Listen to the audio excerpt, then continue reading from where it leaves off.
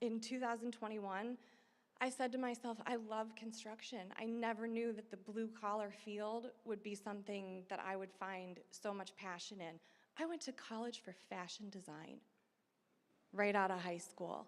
I wanted to go to New York, design fancy clothes and go shopping, and then I did that. I got a degree, and I absolutely hated it. I was like, these people are awful. What have I gotten myself into? So I could not be more proud to be a part of the blue-collar community. You guys are amazing. And the men that I work with are amazing. And every single person that I look up to, that I want to be like, is a man. So I don't want to ever take a feminist approach to what we do, because I could not do my job without the amazing, incredible men that are not only here in this room, but are on my job sites every day, because they've taught me everything I know. So give yourselves a round of applause for joining the blue-collar community. So with that, when I became a part of the blue-collar community, my coworkers encouraged me to start an Instagram page.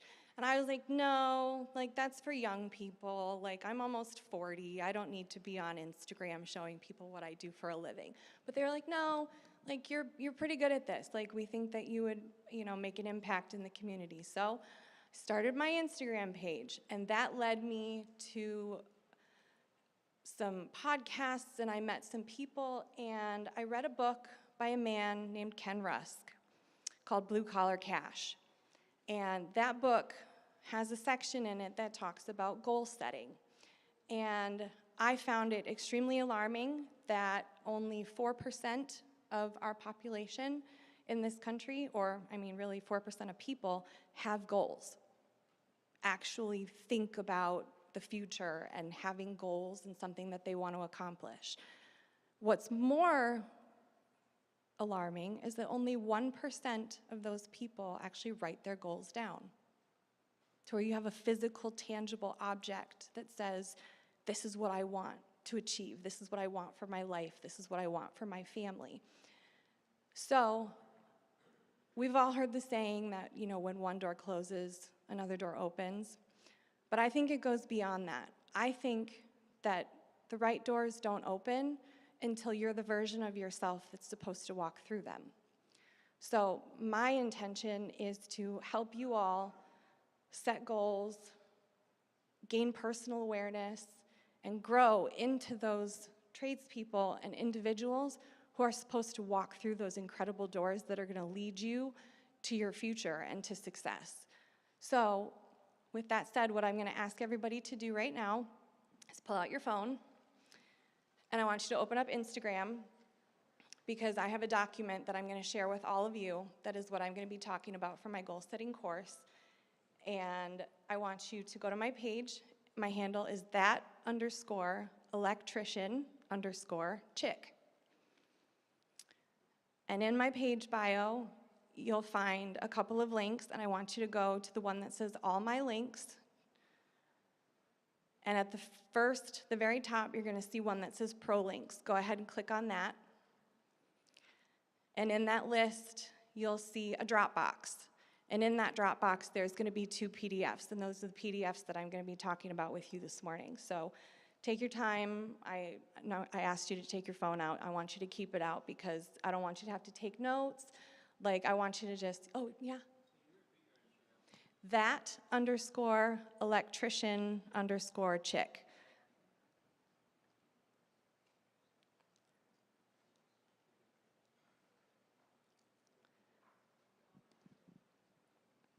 And then in that page bio, you'll find that allmylinks.com. And in the very top, you'll see the pro links, and then you'll see the Dropbox. And in that Dropbox, you'll be able to find the PDFs. And if you don't get it now, that's okay. It's going to be there the whole time, so you can download it at any point today, and you'll have all the information that I'm going to talk about here. But what I call my group, my course, so my group on Instagram is the accountability group. So if you set goals and you want to be a part of a community that's going to help keep you accountable, help keep you motivated, encourage you, it's a safe place to set goals and meet people, you can join my accountability group. You don't even have to follow me if you don't want to. That's not what this is for. But what we're going to talk about this morning is the gateway to growth. So I believe that there's 7 fundamental steps that will guide you to growth and success throughout your life, whether it be personal or professional. This is going to carry through to everything. It's not just for your work. So with any construction project, we have phases, right? You have underground, you have your foundation, you got to build your walls and your rough in.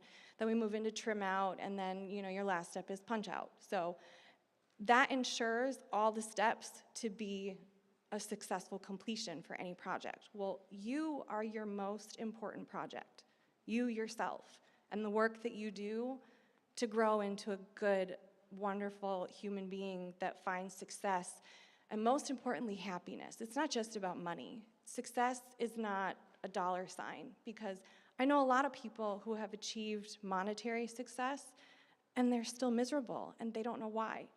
So the first fundamental step in your gateway to growth is that underground work. Who are you? What makes you you? I believe it has a lot to do with your personality type. There's 16 different personality types that you can learn about, and I'll teach you how to figure out which one you are in just a moment. But it's also your birthday, when you were born. And I know maybe people think that that's a little bit taboo, like, oh, if somebody asks you when your birthday is, run, she's crazy, right? But if you actually do some research in the astrology of our solar system, the stars, when you're born makes a big difference in who you are and the personality traits that you hold in your core. And when you become aware of those, you can tap into your strengths and identify your weaknesses, and then really use that to help guide yourself in the direction you want to go, using those strengths and weaknesses. So by raise of hands, has anybody here heard of the Myers-Briggs personality test? Okay, so a few people know. So I actually paid to take the full, whatever it is, 96 questionnaire test, and you don't have to pay. There is a website you can go to called 16personalities.com, and it will give you a very similar result to if you took that full questionnaire test, and it will tell you what kind of personality type you have. And I mean by, are you an introvert or an extrovert? Do you process information by thinking or feeling? Do you perceive the world or do you judge the world? And then when you meet people, are you sensing or are you using your intuition? So those 4 different fundamental groups make up your personality type. And the other 2 things that make up who we are as individuals and our, the way we function, the way our brains work, is our trauma. And I know every single person in this room at some point in their life has experienced a trauma that has changed you. What I need you to do is give yourself grace. That was the hardest thing for me to learn in my 30s as a single mom, was to give myself grace, because I can't do it all. I can't do it all myself. I have to ask for help, and asking for help is 1,000% okay. So my platform is open to all of you all the time. If you need to vent, if you need encouragement, if you need to ask for help, I may be able to guide you in a direction, that may give you some resources, but it is absolutely okay to ask for help. And I'm so tired of hearing the phrase, man up, or that men don't have emotions, because that is absolutely total crap. Everybody in this room is a human, and everybody has the exact same emotions. We all feel happiness, we all feel sadness, we all feel anger, we all feel regret, we all feel those things, and it's okay to feel them and process them. It's just not ever okay to stay in one spot. I don't want anybody ever to be angry all the time. You're never gonna be happy all the time, because, we all go through stuff. So growth is not linear. It doesn't always just go up. You're gonna have ups, downs, steps backwards, steps forward, and just remember at the end of the day that as long as you're practicing that self-awareness, you're 10 steps ahead of somebody who's just blindly walking in a direction because someone told them that's where they should go. Like, follow your heart, really feel things.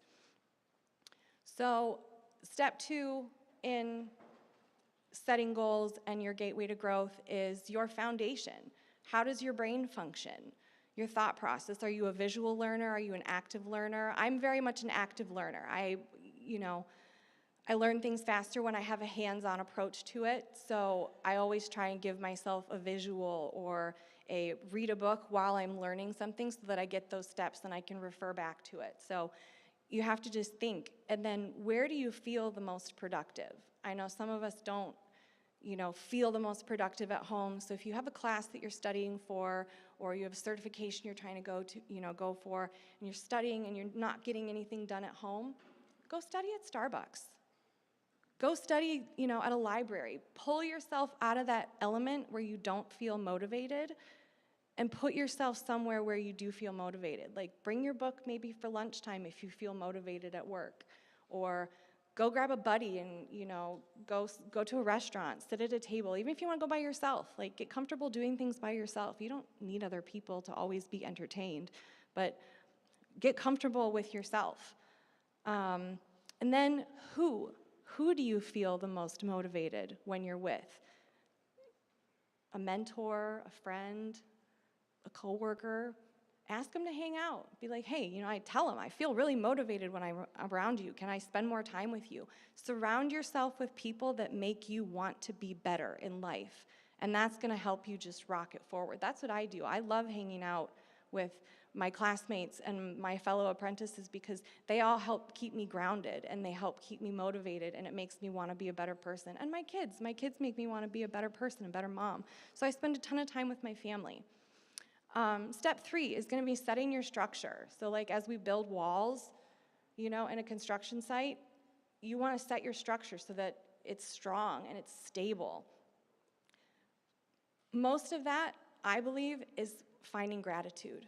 So when you find things to be grateful for, you're going to just automatically start to feel more grateful for things in your life that you maybe don't think about all the time. So learn to be happy now and stop with the I'll be happy when. Because if you can't be happy now, I guarantee you that you're not ever going to achieve enough to I'm finally happy because I did this. You have to learn to be happy now. If you struggle with that, a couple small tricks that I do personally, I have this rock. It's just a rock, and it sits on my nightstand. But when I look at that rock, I know it's my gratitude rock. And so every time I see it, I'm like, okay, think of something to be grateful for.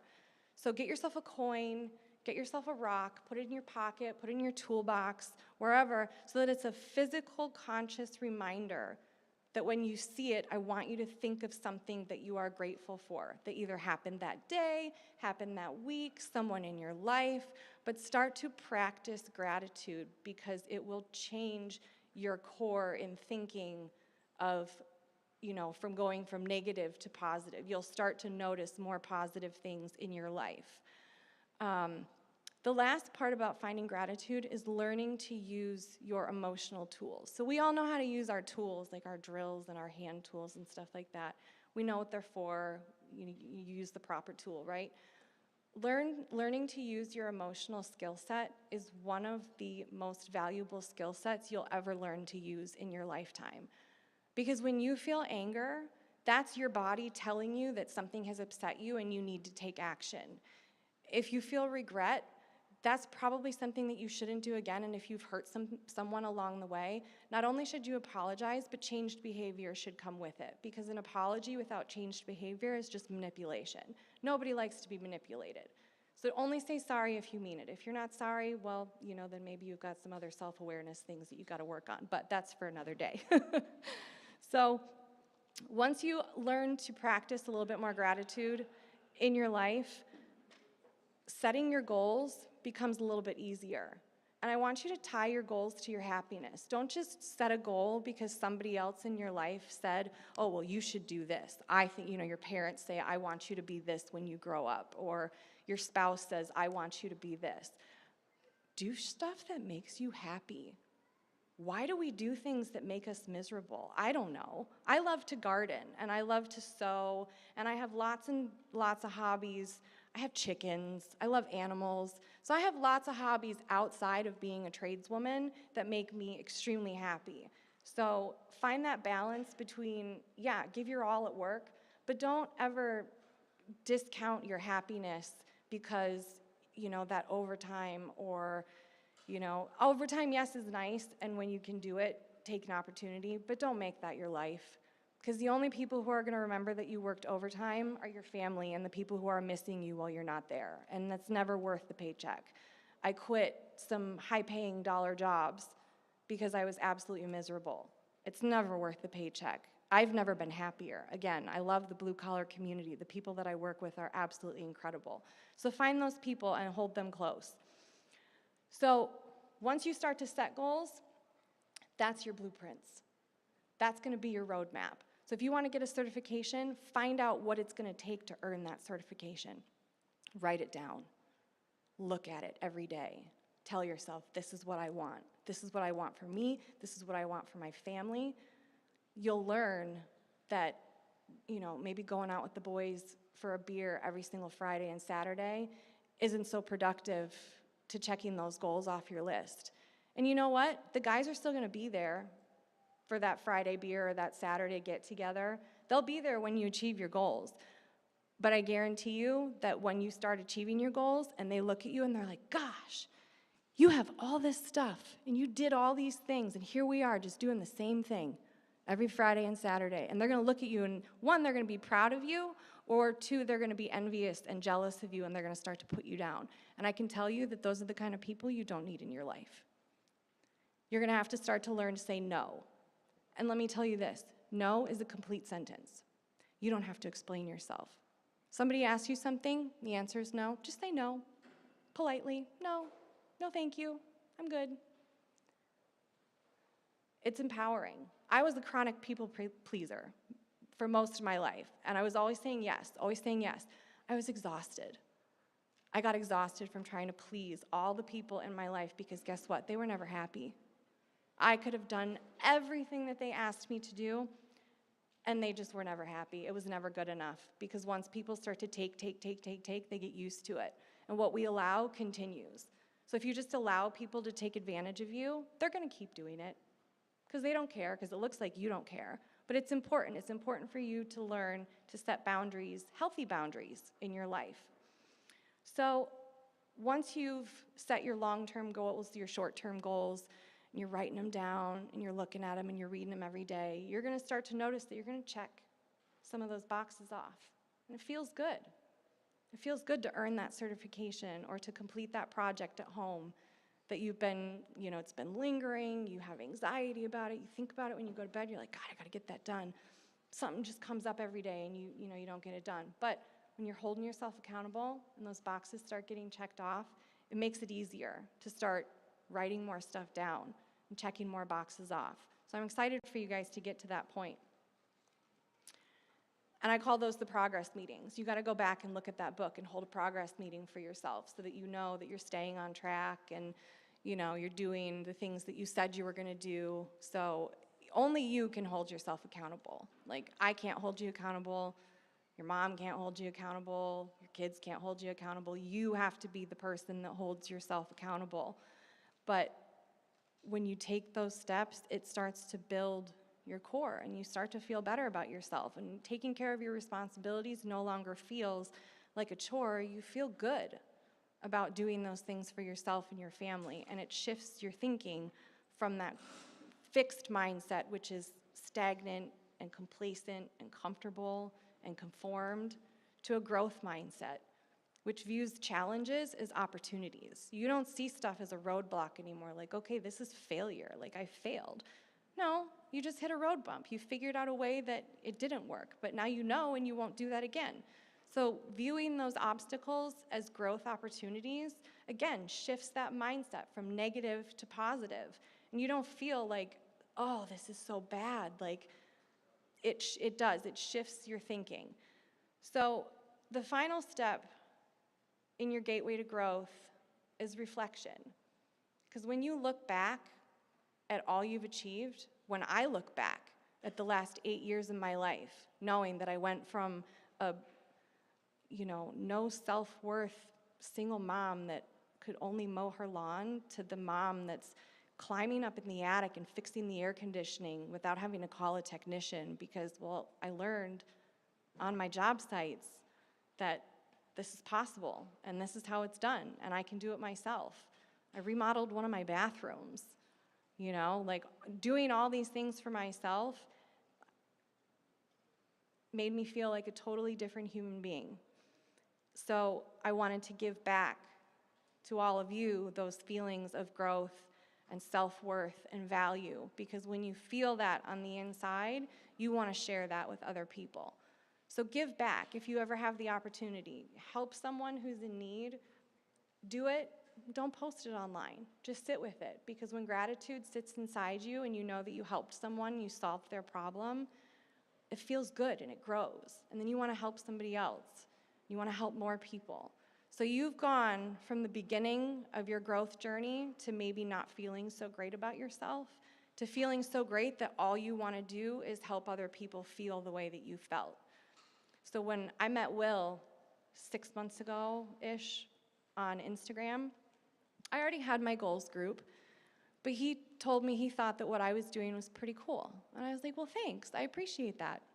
Because I don't make any money off of trying to help people achieve their goals. I just do it because I know what it feels like to be in that terrible, dark place to where you don't have the self-confidence and the self-worth to achieve your goals or set goals or do anything like that. And so I want all of you in this room to feel those fantastic feelings that I have felt. So thank you for sitting with me this morning. If anybody wants to sit and actually write some goals down or pick my brain, get some advice, I'm going to be available for the next couple of hours here in the main auditorium. I'd love to sit with some of you and talk about your unique situations and the goals that you want to set for yourself, and maybe give you a little bit of motivation to get started. So thank you so much for listening and being here today with all of us. We appreciate you.